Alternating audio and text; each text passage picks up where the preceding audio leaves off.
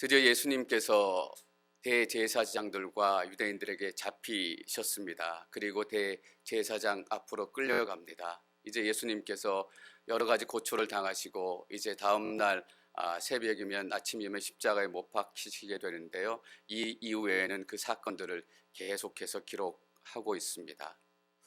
더 이야기가 나가기 전에 저희가 잠깐 뒤로 돌아갔으면 싶은 마음이 있는 것이, 이때 제자들은 무엇을 하고 있었을까? 동산에서 예수님과 함께 있다가 예수님이 잡혀왔는데 다른 제자들은 어디에 있는 것일까? 요한복음에는 기록되어 있지 않아요. 그런데 다른 복음서에는 그 제자들이 지금 무엇을 하고 있고 어떤 상태에 있는지 잘 기록을 하고 있습니다. 마가복음 14장 50절 말씀인데요. 저희가 한번 읽겠습니다. 14장 50절 시작. 모두 예수를 버리고 달아났습니다. 더 이상의 설명도 주석도 없는 간단한 본문이죠. 제자들은 모두 예수를 버리고 달아났습니다. 그리고 마침표입니다. 왜냐하면 더 이상 설명을 하지 않아도, 더 이상 어떤 해석을 붙이지 않아도 이 한 문장, 짧은 한 문장이 가지고 있는 그 의미를 다 알 수 있기 때문입니다. 모두 예수를 버리고 달아났습니다. 작년에 세월호 선장이 또 승무원들이 그 선원, 그 배와 그 승객들을 모두 버리고 달아난 것과 같다라는 생각이 듭니다. 그냥 나 한 몸 살겠다, 나 한 몸 지키겠다, 그런 생각을 가지고 예수님의 제자들이 예수님을 버리고 도망을 갔구나.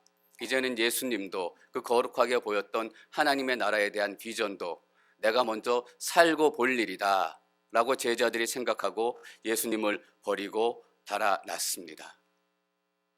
다시 말하면 이제 예수는 혼자 남으셨다라는 얘기입니다. 여러분, 때로는 이런 경험 있으십니까? 몸이 아프고 힘들고 내가 돈이 없고 고통스러운 것보다 더 힘들고 고통스러운 것이 혼자 있다, 외로움이다 라는 것입니다. 당신은 나의 고통을 이해하지 못합니다. 당신은 나의 고통을 알 수 없습니다. 또는 우리 자녀들이 이렇게 얘기해요. 엄마 아빠는 나를 이해하지 못해요. 그 말 뒤에 있는 뉘앙스는 무엇일까요? 나는 외로워요 라는 것입니다. 이 고통보다 더 힘들게 하는 것은 나는 외롭습니다 라는 것입니다. 예수님이 얼마나 외로우셨을까?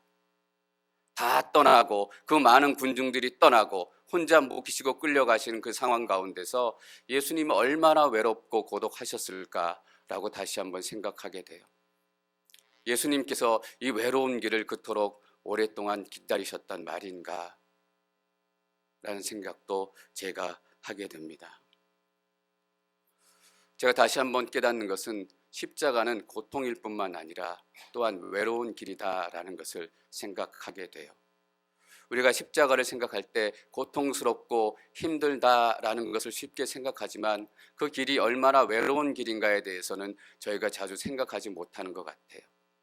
그런데 다 예수를 버리고 도망간 이 자리에 혼자 남아있는 예수님을 보면서 십자가의 길은 고통스러울 뿐만 아니라 또한 외로운 길이다라는 것을 제가 새삼스럽게 깨닫게 됩니다. 제가 오늘 어떤 분이 올리신 영상을 한 편 봤는데요. 영국에서는 이런 일이 일어나고 있다라고 얘기해요. 어떤 목사님이 교회에서 설교하시다가 이슬람은 이단입니다 라고 설교하셨는데 그걸 듣고 이슬람 교인들이 고소를 했다라는 거예요. 그래서 고소가 진행이 되고 있다라는 거예요. 또 어떤 양부모가 자녀를 입양해서 그 자녀가 15살이 됐는데 그 자녀한테 복음을 얘기해서 그 자녀가 예수님을 믿게 됐는데 모두 다 평등하게 살아야 되고 모두 평등한 조건 가운데 있어야 되는데 그 자녀에게 복음을 강요했다라는 이유로 양육권을 빼앗겼어요. 영국에서는 그런 일들이 지금 일어나고 있다라는 것입니다. 그런 뉴스들을 접하면서 예수 믿고 십자가를 지는 길이 가면 갈수록 외롭고 고독한 길이 될 것이지 절대로 인기를 얻거나 영광을 얻거나 명성을 얻는 길일 가능성은 전혀 없구나라는 생각을 하게 되는 거예요. TV에 기독교 연예인들이 가끔 나와서 자기의 믿음을 얘기해요. 성에 대해서, 사회에 대해서 내가 가지고 있는 기독교 가치관을 가지고 그 문제들 얘기할 때 다른 사람들이 그 기독교 크리스찬 연예인들을 바라보는 시각들을 제가 또 보게 돼요. 지금 이 시대에 별 사람이 다 있구나.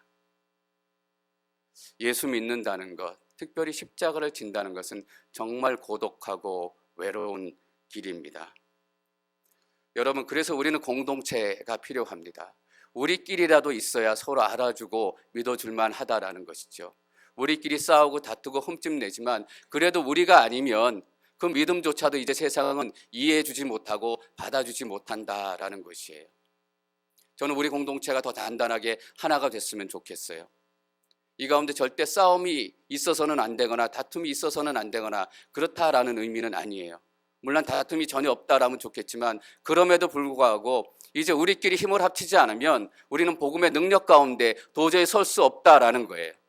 왜냐하면 더 외로워질 것이기 때문에, 더 고독해질 것이기 때문에.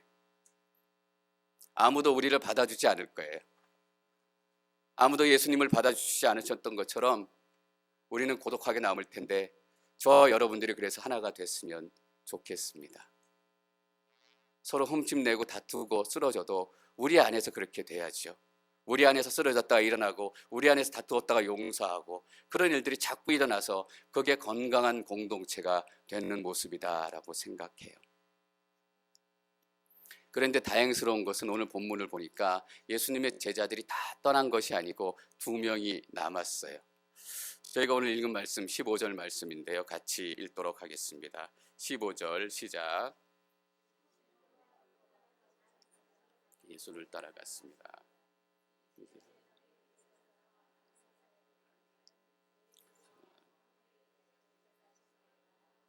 들어갔습니다. 다행이에요. 시몬 베드로와 다른 제자, 학자들은 다른 제자가 요한일 거다라고 얘기를 해요. 다 떠난 줄 알았는데 다행히 2명의 제자가 예수님을 따라가고 있었어요.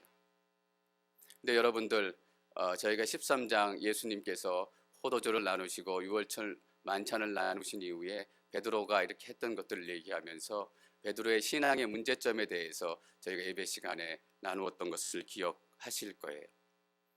예수님께서 이렇게 말씀하셨어요. 내가 지금 가는 길은 너희들이 나를 따라올 수 없을 것이다 라고 말씀하시니까 베드로가 그냥 이렇게 튀어나오면서 얘기해요. 왜 지금 우리가 따라갈 수 없습니까? 나는 제 목숨을 바쳐서라도 예수님을 따라가겠습니다 라고 얘기하니까 예수에게 이렇게 얘기하세요. 너가 닭이 2번 울기 전에 나를 3번 부인하게 될 것이다. 분위기가 싸해졌겠죠. 그 예수님의 예언이 오늘 말씀 가운데 이루어져요. 그때 저는 여러분들에게 베드로의 문제점, 베드로가 가지고 있는 신앙의 문제점 중에 가장 큰 것은 묵상이 없다라는 거라고 말씀을 드렸어요. 묵상하지 않는 베드로, 묵상하지 않는 크리스찬, 하나님의 말씀이 어떤 의미이고 그 말씀이 내 삶 가운데 어떻게 적용되어야 하는지 진지하게 묵상하지 않기 때문에 기분으로 신앙생활하는 거예요. 기분으로 하나님 앞에 나아가는 거예요. 그래서 내 기분이 이렇게 충천해지면 내가 목숨을 걸고서라도 하나님 앞에 예수님을 지키고 나아가겠습니다 라고 얘기하는 거예요. 현대 크리스찬들도 동일해요. 기분으로 신앙생활하는 크리스찬들이 너무나 많아요. 막 신앙생활하다가 내 기분이 좋으면 주머니에 있는 모든 돈을 다 털어서 헌금함에 넣어요. 그런데 내 기분이 좀 나빠지면 아예 교회를 나오지 않고. 묵상하지 않는 크리스찬의 약점이 바로 거기 있어요. 너무나 기분에 따라서 자기의 삶이 왔다 갔다 하늘과 땅을 왔다 갔다 하는 거예요. 어느 순간인가는 열방을 모두 품을 수 있다라고 생각하지만 어느 순간인가는 예배조차 참석하지 않는 그런 모습, 너무나 얄팍한 모습을 가지고 있는 게 베드로 신앙의 첫 번째 문제점이었어요. 베드로가 가지고 있는 신앙의 2번째 문제점은 무엇이었을까? 이 장면 전에 예수님께서 겟세마네 동산에서 기도하세요. 기도하시면서 땀이 핏방울이 되도록 십자가를 놓고 기도하시는데 예수님께서 1시간 정도 기도하시다가 돌아오니까 요한과 베드로가 어떻게 하고 있어요? 자고 있어요. 다시 한번 또 갔다 오니까 또 자고 있어요. 예수님께서는 이렇게 얘기하세요. 왜 자고 있느냐? 일어나 시험에 들지 않도록 기도하라 라고 말씀하세요. 그런데 그들은 여전히 육신의 피곤함에 지쳐서 기도하지 않고 계속 잠에 빠져 있는 거예요. 그래서 예수님께서 답답하셔서 마음은 간절한데 육신이 약하구나. 우리가 너무 좋아하는 말씀이잖아요.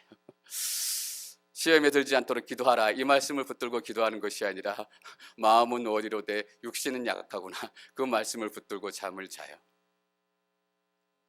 기는 신앙의 현주소를 얘기하는 거예요. 어떻게 현대 크리스찬들의 문제점을 동일하게 가지고 수 있을까? 묵상하지 않는 크리스찬, 기도하지 않는 크리스찬. 기도하지 않는 크리스찬의 문제점은 무엇인가요? 그의 헌신이 얼마나 형식적이고 능력이 없게 되는지, 지금은 모든 것을 삼킬 것 같고 지금은 모든 것을 이룰 것 같지만 지속되지 못하고 하나의 능력도 가지지 못해요. 그래서 베드로가 그랬던 것처럼 위기를 만나면 기도하지 않는 신앙인들, 기도하지 않는 크리스찬들은 금방 무너져요.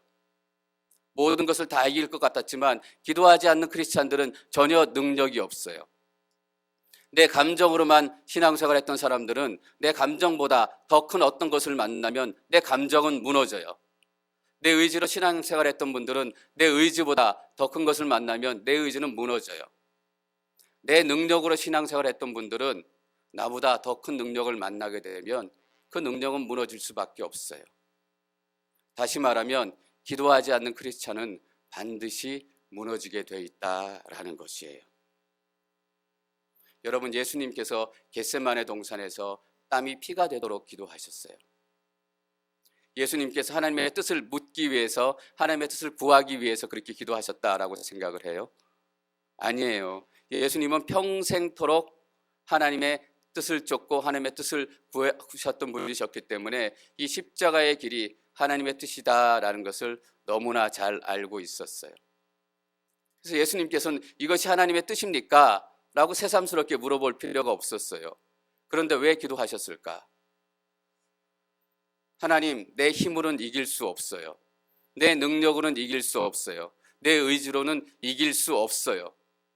이길 수 있도록 하나님께서 나에게 능력을 부어주세요. 왜냐하면 하나님의 능력이 임하지 않으면 위기가 닥쳤을 때 그의 믿음은 금방 쉽게 흔들리기 때문이에요. 기도하지 않는 크리스찬들의 모습이 어떤가? 마태복음에서는 이렇게 기록하고 있어요. 마태복음 26장 58절 말씀 저희가 함께 읽겠습니다. 시작. 예수를 따라가 하야인들과 함께 앉아서 결말이 어떻게 될지 지켜보았다. 베드로는 예수님을 따라가긴 따라가는데 어떻게 따라가요? 멀찌감치 따라가요. 예수님을 따라가는 것 같기도 하고 아닌 것 같기도 하고, 예수님의 제자인 것 같기도 하고 아닌 것 같기도 하고, 예수님을 믿는 것 같기도 하고 아닌 것 같기도 하고, 어떻게 우리의 신앙생활의 모습과 이렇게 닮았는지 모르겠어요. 지지난해 팬인가 제자인가라는 책이 많은 그리스도인들 가운데 읽혀졌어요. 딱 그 모습이죠. 팬과 제자 사이에 서 있어가지고 왔다 갔다 하는 모습. 교회는 나오고 때로는 11조도 하는 것 같지만 밖에서 만나면 전혀 예수님의 제자처럼 보이지 않는 거예요. 밖에서 만나면 완전히 다른 사람이 되는 거예요. 교회에서 만났을 때는 그렇게 좋고 그렇게 스윗한 분이었는데 밖에서 만날 때는 그렇게 까다롭고 그렇게 불편하고 그렇게 어렵게 만드는 분인 거예요. 예수님의 제자인 것 같기도 하고 아닌 것 같기도 하고. 저는 그래서 여러분들이 밖에서 생활하실 때 좀 더 넉넉한 마음을 가지셨으면 좋겠어요. 물건을 살 때도 좀 싸게 사는 건 좋지만 너무 깐깐하게 안 사셨으면 좋겠어요. 저분이 교회 안에서도 넉넉하시더니 밖에서도 넉넉하시다 라는 말을 우리가 들을 수 있으면 얼마나 좋을까. 물론 우리가 헛돈을 쓰거나 일부러 비싼 음식을 사거나 물건을 살 필요가 없지만 교회 안에서 우리가 느끼는 모습과 밖에서 느끼는 모습, 그 모습이 동일하게 투영되어져야 되고 인식되어져야 되는 거예요. 예수님을 따라가는 것 같기도 하고 예수님을 따르는 것 같지 않기도 하고. 아마 베드로의 마음은 굉장히 복잡했을 것 같아요. 내가 목숨을 바쳐서라도 예수님을 따르겠습니다. 해놓은 말이 있어서 따르긴 따라야 되겠고, 따라가자니 내가 잡혀가서 죽을 것 같기도 하고, 또 도망가자니 저기 잡혀갔다가 마지막에 예수님이 다 포박을 풀고 다 적군들을 무찔르시고 이전처럼 능력으로 일어나실 때 그 자리에 내가 함께 있다면 나는 당연히 예수님의 인정한 수석 제자가 될 수 있을 것이다. 그래서 오늘 26절 마태복음 읽은 말씀이 이렇게 기록이 되어 있잖아요. 베드로는 멀찌감치 예수를 따라가 뒷부분에 하인들과 함께 앉아서 결말이 어떻게 되는지 지켜보았다라는 것이에요. 너무너무 머리가 복잡한 거죠. 저는 여러분들이 신앙생활 하실 때 좀 간단하게 신앙생활 하실 수 있었으면 좋겠어요. 너무너무 우리가 복잡하게 신앙생활 해요. 거기 가면 누가 있고, 거기 가면 뭐 하고, 거기 가면 누가 불편하게 하고. 어떤 교회는 이런 교회에 보이지 않는 전통이 있다고 해요. 장로가 되려면 어디서 주차 봉사를 해야 되고, 그 다음은 어느 문으로 가야 되고, 그 다음은 또 어느 문으로 가야 되고, 그게 장로 임직되는 코스래요. 너무 복잡한 거잖아요. 우리의 믿음이 그렇게 복잡해야 될 필요가 있는가? 베드로의 지금 마음처럼 복잡하게 생각해야 될 필요가 있는가? 저는 우리 공동체가 심플하고 단순한 공동체가 됐으면 좋겠어요. 그래서 이제 제가 이번에 새로운 조직 사역팀을 기도하고 구성하면서 물론 팀장님들도 새롭게 기도하고 선정하지만 기존에 있었던 저희 사역 조직을 가능하면 심플하고 간단하게 좀 줄였어요. 이름도 그렇고 표도 그렇고. 왜냐하면 좀 더 심플해졌으면 좋겠다. 예수님 외에는 다른 것들은 다 제해졌으면 좋겠다. 그것 하나로 모든 것이 결정되는 것은 아니지만 그런 마음들이, 그런 모습들이 우리 삶 가운데 나타났으면 좋겠다라는 저의 작은 바람이 있었거든요. 저는 여러분들이 더 단순해지시기를 축원합니다. 예배는 하나님을 높이는 것, 제자는 예수님을 따르는 것, 그 외에는 아무것도 없는 거예요. 예배 때 우리는 하나님을 높이고 예수님을 따라가는 삶, 제자가 제자된 삶이고 예배자가 예배자가 된 삶이라고 생각을 합니다. 이렇게 베드로와 요한이 예수님을 따르는 듯 마는 듯 따라가다가 드디어 문 안에 들어가게 되죠. 그래서 베드로가 드디어 예수님을 부인하는 첫 장면을 저희가 만나게 됩니다. 저희가 17절, 18절 말씀 같이 읽도록 하겠습니다. 17절 시작.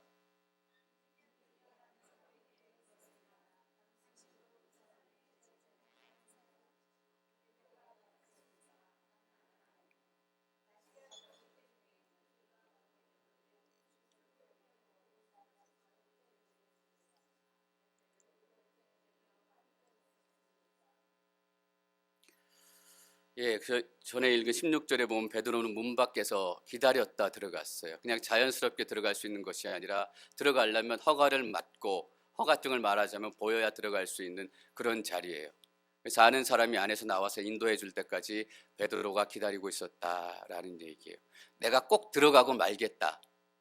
내가 꼭 들어가서 예수님의 그 신문의 현장에 있겠다. 왜냐하면 나는 그 자리에 있겠다라고 약속을 했기 때문에 들어가고 말겠다라는 의지의 표현이 그 가운데 들어있는 것이죠. 그런데 문을 열고 들어가자마자 그의 믿음은 무너져요. 묵상이 없는 믿음, 기도가 없는 믿음이 얼마나 연약한 것인지 저희가 다시 한번 보게 돼요. 여종이 베드로에게 이렇게 물어요. 당신이 그 제자 중에 한 사람이 아닙니까? 이 질문 하나에 베드로가 무너져요. 이 질문 하나에 눌러왔던 모든 두려움들이 한꺼번에 다 나타나게 돼요. 저희가 선악과 사건을 공부하면서 배웠어요. 두려워지니까 숨게 돼요. 아담과 하와는 나뭇잎 사이로 숨었잖아요. 그런데 베드로는 어디로 숨었어요? 18절 마지막 부분에 보면 이렇게 기록하고 있어요. 베드로 도. 여러분, 이 도라는 말이 뭐예요? 다른 사람처럼, 다른 사람이 살아가는 방식처럼, 세상처럼 그런 의미를 가지고 있는 거예요. 베드로도 다른 사람처럼 불 사이로 그들과 함께 경비병 사이에 숨어들었다라는 얘기예요. 여러분, 우리도 신앙생활하면서 두려워지면 세상 가운데 숨는 일이 너무나 많아요. 신앙생활하다가 불편해지면 세상 속으로 숨어버려요. 특별히 제가 목회자로서 또 많은 목회자들이 그렇게 생각하실 거예요. 목회를 할 때 큰 교회, 많은 성도, 많은 재정, 이것이 하나님께서 원하시는 목회의 성공이 아니다. 세상에서는 목회를 성공했다고 얘기하면 더 큰 교회, 더 많은 사람들, 더 많은 재정들을 얘기하지만 그것은 하나님께서 말하는 성공이 아니고 성경적인 목회의 방향이 아니다. 그래서 나는 사람 수와 관계없이, 재정과 관계없이, 교회의 크고 적음과 관계없이 정말 한 사람의 예수의 제자를 만드는 것에 내 모든 영적인 역량과 모든 노력을 다 쏟겠다. 나는 숫자에 연다. 라고 그렇게 목회를 해요.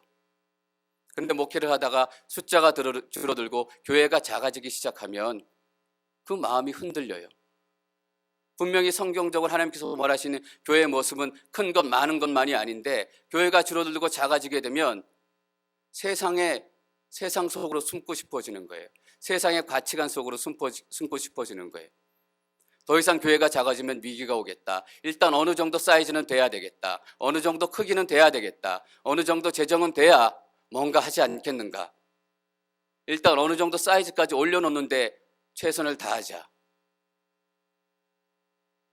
쫓아가다가 믿음으로 살다가 두려워지면 세상의 가치관 속으로 우리는 너무나 쉽게 숨게 돼요. 우리의 삶은 어떨까요? 하나님의 말씀에 따라 세금도 잘 내고 뇌물도 안 내고 하나님의 방법에 따라 기업을 하고 장사를 하겠다. 그 마음으로 시작하지만 그 마음으로 시작해서 세금도 잘 내고 또 비즈니스도 그냥 프라이스대로 내고 원리 원칙으로 하다 보니까 돈이 안 벌리잖아요. 이러다가 내 굶어 죽겠네. 이 비즈니스가 망하게 되겠네.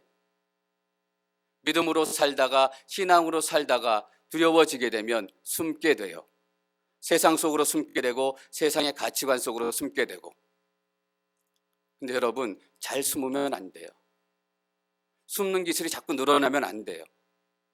지금은 잘 숨는 것이, 들키지 않는 것이 내게 큰 유익인 것 같지만 잘 숨는 기술이 늘어나서 정말 숨어버리게 되면 그 인생의 진짜 위기가 시작이 되는 거예요. 제 딸애가 아주 어릴 때 친구 집에 갔다가 연필 한 자루를 그냥 몰래 가져왔어요. 훔쳐온 거죠. 뭐 어릴 때는 그런 일들이 종종 있을 수 있으니까.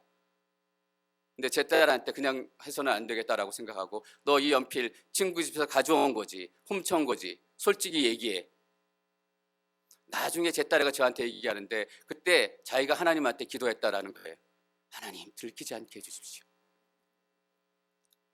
여러분, 들키지 않는 게 축복이 아니에요. 우리가 세상으로 숨어들었을 때, 세상의 가치관 속으로 숨어들었을 때 우리는 하나님한테 반드시 들켜야 해요.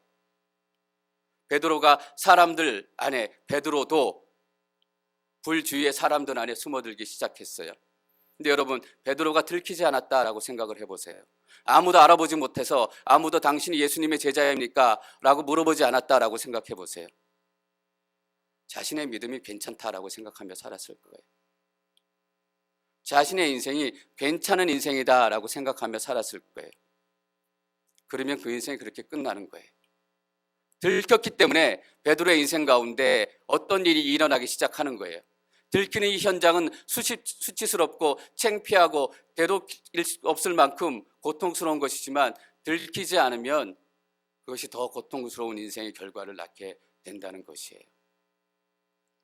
저는 여러분 가운데 숨어있는 분들이 없기를 바라요. 혹시나 숨어 있다면 하나님께 들키시기를 축원합니다. 들키는 것이 축복이에요. 잘 숨는 기술을 가졌다고 해서 여러분 만족하지 마세요.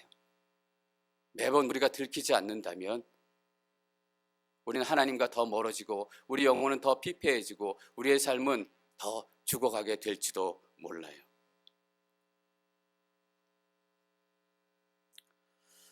베드로가 처음 예수님을 부인하고 두 번째, 세 번째 예수님을 부인해요. 저희가 26절 말씀 읽도록 하겠습니다. 26절 시작.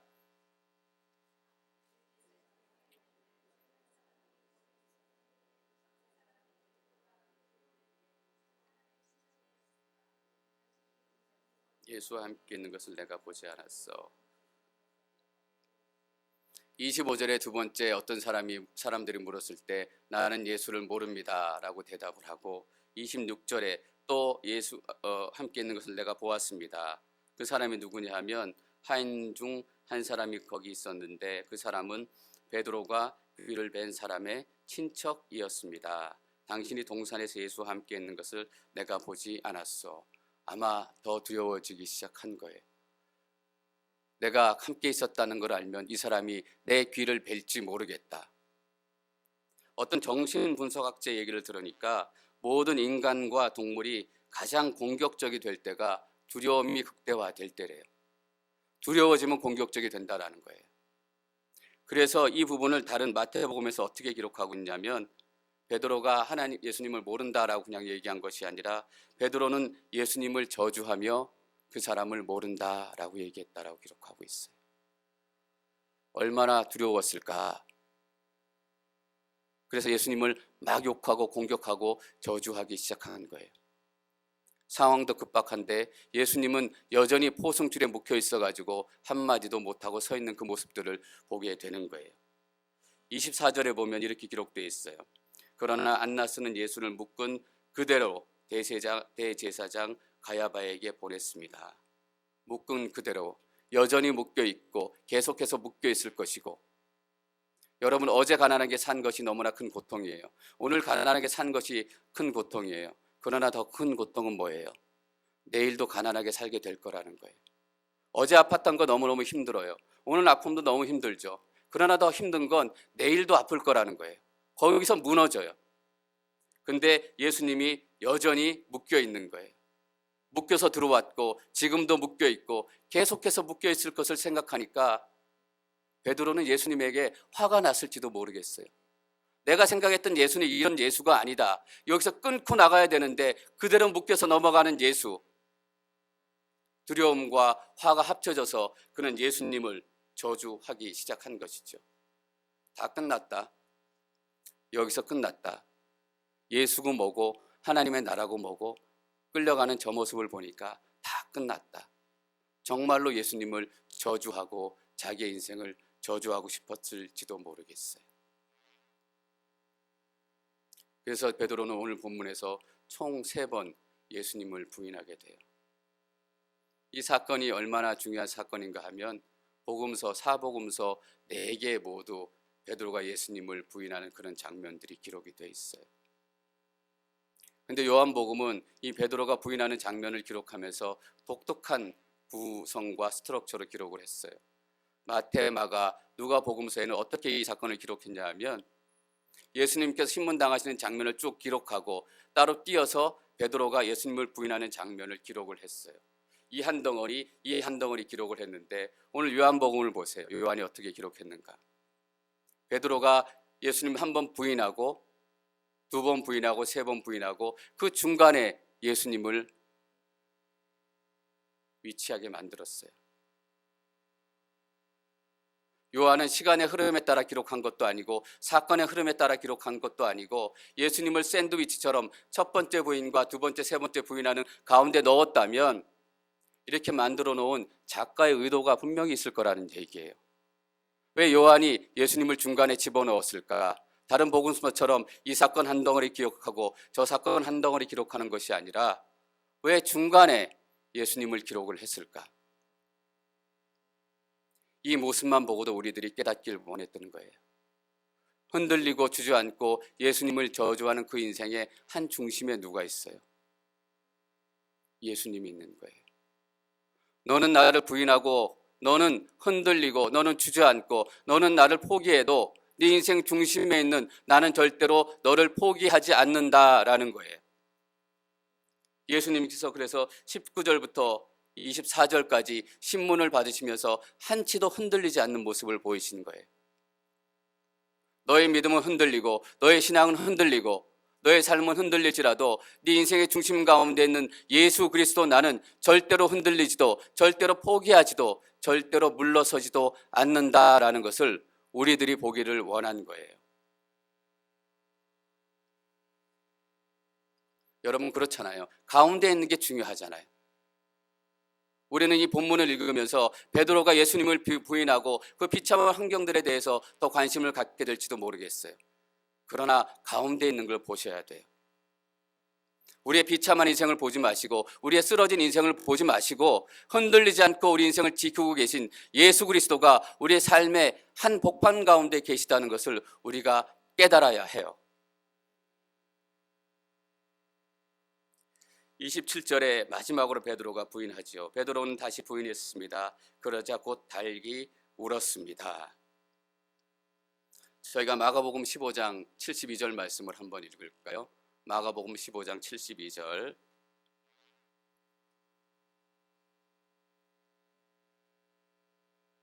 마가복음 15장 72절. 예, 됐네요. 저희가 같이 한번 읽겠습니다. 시작. 바로 그때 닭이 두 번째 울었습니다. 그러자 베드로는 닭이 두 번 울기 전에 내가 나를 세 번 모른다고 할 것이다 하신 예수의 말씀이 생각나서 엎드러져 울었습니다. 베드로의 인생이 완전 엎어졌어요. 남아있던 용기도 엎어지고 남아있던 자존심도 엎어지고 그 인생에 남아있던 이 조그만 것들도 다 엎어진 거예요. 그거 엎드려 울기 시작했을 때 그 인생 가운데는 아무것도 남아있지 않아요. 오직 남아있는 것 죄책감과 수치심 뿐이에요. 베드로가 쓰러지고 흐느껴 울고, 여러분들이 고통스러워서 흐느껴 울고 아무것도 가진 것이 없다라고 생각이 될 때 예수님이 여러분 삶 가운데 계신 거예요. 그래서 예수님께서는 베드로를 다시 일으켜 세우시는 거예요. 제가 요한복음 21장 9절 말씀을 함께 읽겠습니다. 21장 9절 시작. 숯불을 피워놓았는데 숯불 위에는 생선이 놓여 있었고 빵도 있었습니다. 부활하신 예수님께서 갈릴리에서 지친 모습으로 고기 잡고 있는 제자들에게 나타나셔서 제자들이 바다에 나올 쯤에 예수님께서 그들을 맞이하세요. 숯불을 피워놓고 그 숯불 위에는 여러분들이 잘 아시는 것처럼 베드로가 이 숯불 사이에 사람들 사이에 숨었잖아요. 예수님께서는 이 숯불을 통해서 그 환경을 통해서 다시 한번 너의 인생을 세우고 만지겠다라는 것을 명확하게 얘기하고 계신 거예요. 여러분, 예수님이 먼저 찾아오셨고 예수님이 먼저 준비하셨고 예수님이 먼저 시작하신 거예요. 우리의 인생, 아무것도 남은 것이 없는 우리의 인생, 우리의 힘으로는 일어설 수 없어요. 우리의 감정은 너무나 쉽게 흔들리고 우리의 의지는 너무나 쉽게 흔들리고 우리의 능력은 너무나 나약하기 때문에 예수님께서 먼저 오셔서 숯불을 떼시고 그 위에 먹을 것을 준비해 주신 거예요. 베드로가 예수님을 3번 부인한 것처럼 예수님께서 베드로에게 3번 물어보세요. 내가 나를 사랑하느냐? 내가 나를 사랑하느냐? 내가 나를 사랑하느냐? 베드로에게 내가 너를 사랑하느냐라고 답을 듣기 원하신 것 같으세요? 아니에요. 3번 내가 너를 사랑한다라고 말씀하신 거예요. 내가 너를 사랑한다. 내가 너를 사랑한다.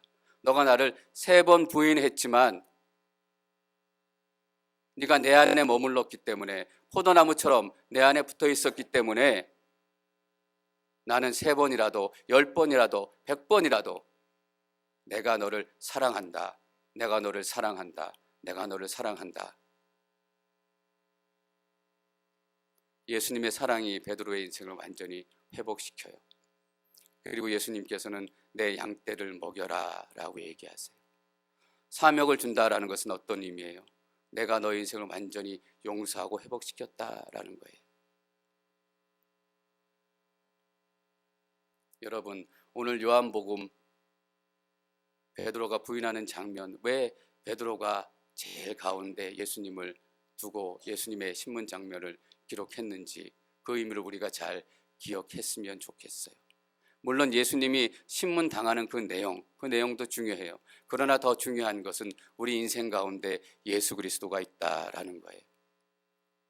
여러분이 쓰러진 그 자리, 여러분이 회복할 수 없는 그 자리, 예수님께서 먼저 찾아오셔서 먼저 준비해 주시고 먼저 시작하시고 그리고 여러분들에게 동일하게 물으실 거예요. 내가 너를 사랑한다. 내가 너를 사랑한다. 내가 너를 사랑한다. 저는 여러분들이 모두 그 자리에 서셔서 예수님께서 여러분들에게 새롭게 부여하시는 영적인 사명과 소명을 시작하시기를 축원합니다. 내 양떼를 먹여라. 내 교회를 섬겨라. 내 가족을 섬겨라. 하나님께서 시작하시는 그 자리, 반드시 하나님의 일들이 일어나게 돼 있습니다. 예수 그리스도의 사랑을 경험하시기를 축원합니다.